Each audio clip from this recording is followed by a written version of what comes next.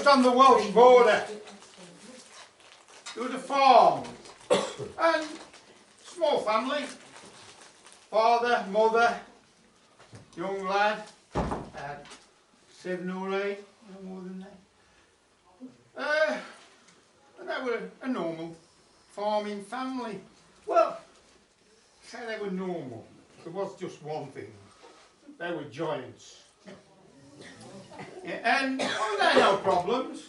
Well, there was one problem, and that was getting clothes. Obviously they couldn't just buy something off the peg. You know, they had to have everything specially made for them.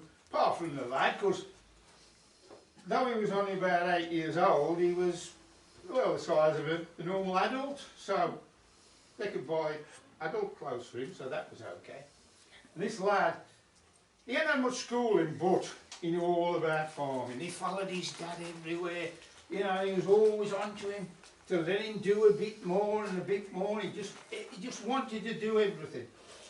And he was always on to his dad to let him go to the market. Well, his dad had got 5 sheep to go to the market.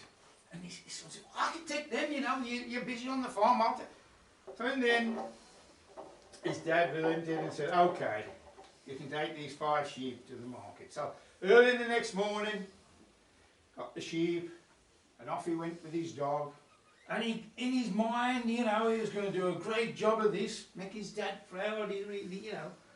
But when he got to Shrewsbury, to the market, they allocated him a pen to put his sheep in, and he put his sheep in there, and well, they were good sheep. And it wasn't long before they got some interest. People were making offers on them, and people were asking him, saying, well, what about if I bought all 5, you know, or if I bought 3, you know, and he was trying to work it out. His maths wasn't that good. So, you know, of course, to the local kids, they saw him as an adult, you know. He was dressed as an adult, he was the size of an adult. And there he was, counting on his fingers. Well, you know what kids are like. They soon started to taunt him and play him up and, you know, mess him about. And pretty soon, one of them had opened the pen and out come the sheep, and, you know, he started chasing him around. He got his dog trying to get him, but the kids were getting in the way and messing about. In the end, he just couldn't find his sheep because, I mean, with the aid of the children, they led him down alleys and things like this just to have him on. Well, he was close to tears, but he pulled his, you know, pulled himself together, stood upright, he called his dog, and he walked out of the town and started to walk home. And of course, all the way back it was welling up inside him. You know, he was really upset. As soon as he walked in the house, his father knew there was something wrong, and that's when the lad broke down into tears. Well, his dad was really angry because he didn't like the people of Shrewsbury anyway. There was 2 people that did, and he thought, right.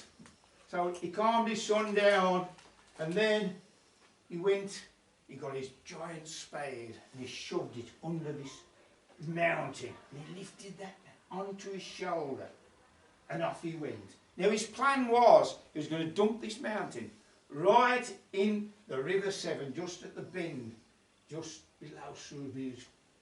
You know, in his mind he was going to flood them all out and drown the lot of them. He was that angry. Well, as he walked, you've heard of people going into a blind rage. Well, that's what must have happened to him, because he bypassed Shrewsbury completely. And then, some time on, he stopped. He'd calmed down a bit by now, but he'd stopped. And he hadn't got a clue where he was. He was on this road, but he hadn't got a clue where he was. And then he saw this guy with a lantern coming up the road with a pack on his back. He was a cobbler who had been to Shrewsbury to collect shoes, and he was going back to Wellington to his workshop to repair them. Well, he stopped there and said, hey, he says, you know, which way to Shrewsbury and how far is it? Well, the cobbler, he was a bit worried because, you know, seeing this giant with a big pile of earth on his shoulder, he said, well, what do you want in Shrewsbury? He says, and he told him what he was going to do. And the cobbler said, oh, he said, well, you know, it's a long way. He says, a long way? I said, yeah. He says, look at this. And he took the pile of, the bag of shoes off his back and tipped them onto the ground. And there was workmen's boots and ladies' slippers and all sorts. But of course, from that height, in that light, the giant couldn't really see what it was. He says, you see all these shoes? I said, yeah. He said, I've worn them out walking from Shrewsbury. And I said, yeah. He said, no, he says, I've worn them out. In that, the giant started thinking about, he was thinking a bit more rationally now. He thought, well, they were only kids. I mean, his lad was the same, you know, he used to pull the sheepdog's tail and chase the sheep around. And not only that, he hadn't had his supper, so, you know, it was time to go home. So he got that pile of earth and he dumped it where it was. And he put his spade down and he scraped the mud off his boots. And that pile of earth's still there now, they call it the reeking. And the little pile is the irking.